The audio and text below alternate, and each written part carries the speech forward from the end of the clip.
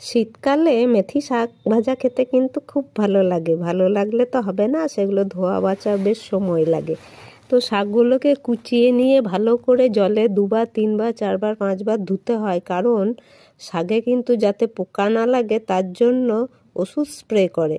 তো দেখো আমি শাকগুলো বারবার ধুয়ে নিয়েছি, আর এতে যা ধুলোবালি থাকে সেটাও বেরিয়ে যায়। আর এদিকে কড়াইয়ে তেল গরম করে 2টো শুকনো লঙ্কা আর দেখো 2টো রসুন ফাটিয়ে নিয়েছি, ভাজতে দিয়ে দিলাম। আমি এগুলো ভেজে তুলে নিই, তারপরে আমি এগুলোতে এই তেলেই আর কি শাকগুলো দিয়ে দিই। তো দেখো এইগুলো ভেজে তুলে নিয়ে শাকগুলো দিয়ে তাতে আমি নুন হলুদ দিয়ে দিয়েছি। তারপরে আমি দেখো এটাকে নাড়াচাড়া করেই ঢাকা দিয়ে দেব।